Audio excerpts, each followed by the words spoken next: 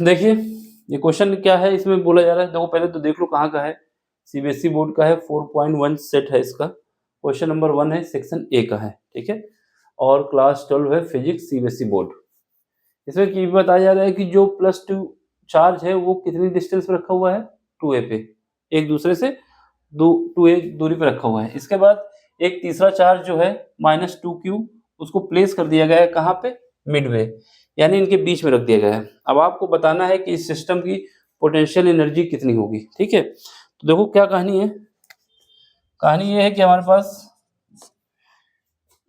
पास distance है, यहाँ पर एक पॉइंट ए है, एक पॉइंट बी यहाँ पे है। दोनों का चार्ज जो है यहाँ पर +q है, यहाँ पर भी +q ही दो चार्ज है, ठीक है। इन दोनों के बीच की दूरी बताई गई है कि 2a है, इतना पेपर में बताया गया। इसके अलावा बताया गया कि एक तीसरा चार्ज ये है, ये बीच में आ चुका है इनके, और ये पॉइंट हम मान लेते हैं C है, और ये चार्ज जो है -2q है, ठीक है।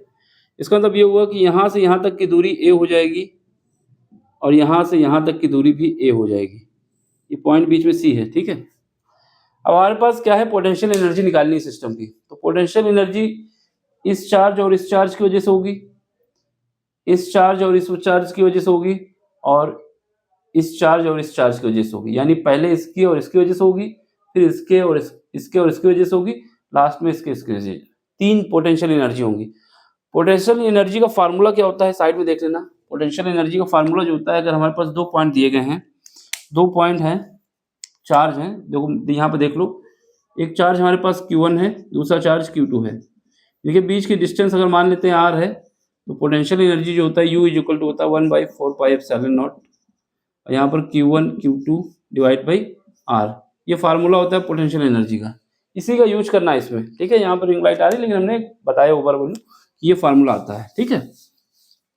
अब यहाँ पे देखो सिस्टम की पोटेंशियल एनर्जी क्या होगी, यू नेट का मतलब है 3 पोटेंशियल एनर्जी होंगी। मान लेते हैं पहला चार्ज हमारे पास ये है, तो इसकी वजह से चार्ज Q और -2 की वजह से, तो यहाँ पर एक पोटेंशियल एनर्जी कौन सी होगी, जो कि होगी हमारे पास UAC। AC का मतलब है 1 2, चार्ज हमारा इसका नंबर दे सकते हो, 1 नंबर दे दो या 2 नंबर दे दो, इससे भी कर सकते हो, या फिर नंबर से लिख। मान लेते हैं पहला चार्ज ये है, दूसरा ये है, तीसरा ये है, इससे भी दे सकते हैं। तो पहली एनर्जी क्या होगी, 1 और 2 चार्ज की वजह से 1 2, दूसरी पोटेंशियल एनर्जी होगी 2 और 3 की वजह से, 2 और 3 की वजह से, और तीसरी पोटेंशियल एनर्जी होगी 1 और 3 की वजह से। 3 पोटेंशियल एनर्जी होंगी। ये बात किसी को दिक्कत हो तो पूछ लें। एक ये सिस्टम बताएगा पोटेंशियल एनर्जी कितनी है, एक ये दोनों बताएंगे, और एक बाद में ये और ये बता देंगे। तो 3 पोटेंशियल एनर्जी आएंगी, तीनों को सम करना है, ठीक है। चलो फिर करते हैं। तो हमने बताया था फार्मूला साइड में आपको क्या बताया था कि 1/4πε0 क्या होता है, यू नेट 1/4πε0, सब में 1/4πε0 आने वाला है, क्योंकि ये कांस्टेंट है, तो इसको हम बाहर रख लेते हैं, ठीक है। सब में आएगा, सब में हम बाहर रख लेते हैं, या फिर पहले कर देने तो समझ में नहीं पाओगे। ये चार्ज और ये चार्ज, ये प्लस है ये माइनस है, तो यहाँ पे क्या आएगा, एक Q आएगा, दूसरा क्या आएगा माइनस का Q, जो कि 2Q है। क्या है, 2Q है। ये बात समझ में आई। बीच की डिस्टेंस कितनी होगी, इनके बीच की डिस्टेंस कितनी है, A है, A लिख देंगे, ठीक। यहाँ पे आओ, यहाँ पर भी 1/4πε0, ये तो रहेगा ही। चार्ज ये, क्योंकि यहाँ पे क्या है 2 3, चार्ज ये और ये, पहला चार्ज क्या है माइनस का 2Q है, दूसरा चार्ज Q है, बीच की डिस्टेंस कितनी है, A है, ये आ जाएगा प्लस। अब ये चार्ज और ये चार्ज 1/4πε0, तो ये कांस्टेंट टर्म है, ये रहेगा ही। क्या आएगा Q, और ये क्या आएगा Q, क्योंकि ये भी Q है ये भी Q है, दोनों पॉजिटिव हैं। बीच की डिस्टेंस कितनी होगी, 2a, ये 2a हो जाएगा, ठीक है। अब देखो यहाँ से 1/4πε0 तो कॉमन आएगा ही, साथ में a भी कॉमन आएगा, और साथ में Q² भी कॉमन आएगा। जो कॉमन आएगा उसको हम कॉमन ले लेते हैं।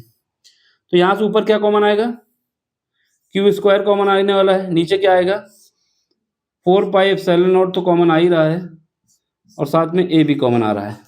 अब ब्रैकेट में क्या बचेगा, यहाँ पर क्या बचेगा, यहाँ पर बचेगा -2, यहाँ पे क्या बचेगा, यहाँ पर भी -2 बचेगा, और यहाँ पे क्या बचेगा, यहाँ पर 1 बचेगा। समझ रहे हैं ना सब कॉमन लेने के बाद।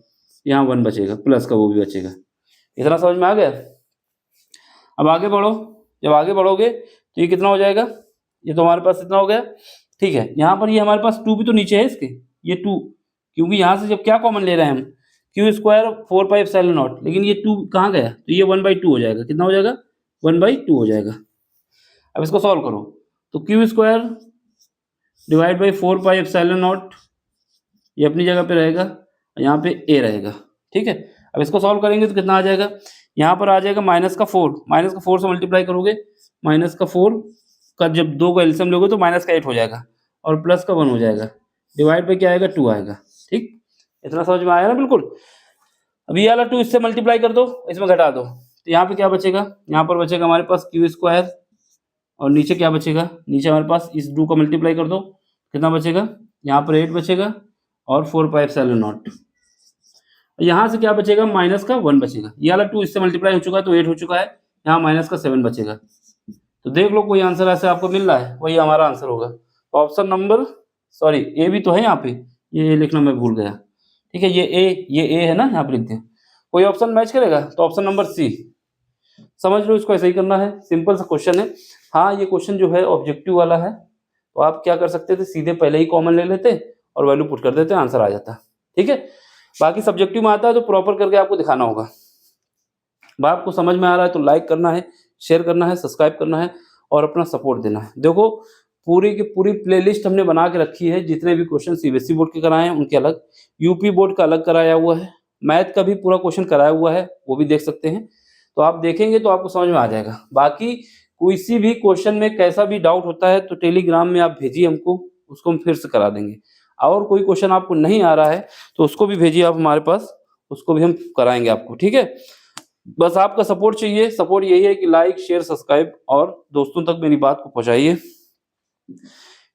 ये आगे चल के IIT जेईई और नीट की भी तैयारी होगी, मतलब क्वेश्चन जो आए हुए हैं उनका हम सोल्यूशन कराएंगे, सिंपल वे में कराएंगे, समझ में आएगा, और जितना जल्दी हो सकेगा ऑब्जेक्टिव टाइप भी बताएंगे कैसे करना है, ठीक है। चलो, फिलहाल तो पेपर सब्जेक्टिव होता है और ऐसे करना होता है, ठीक। Bye, take care.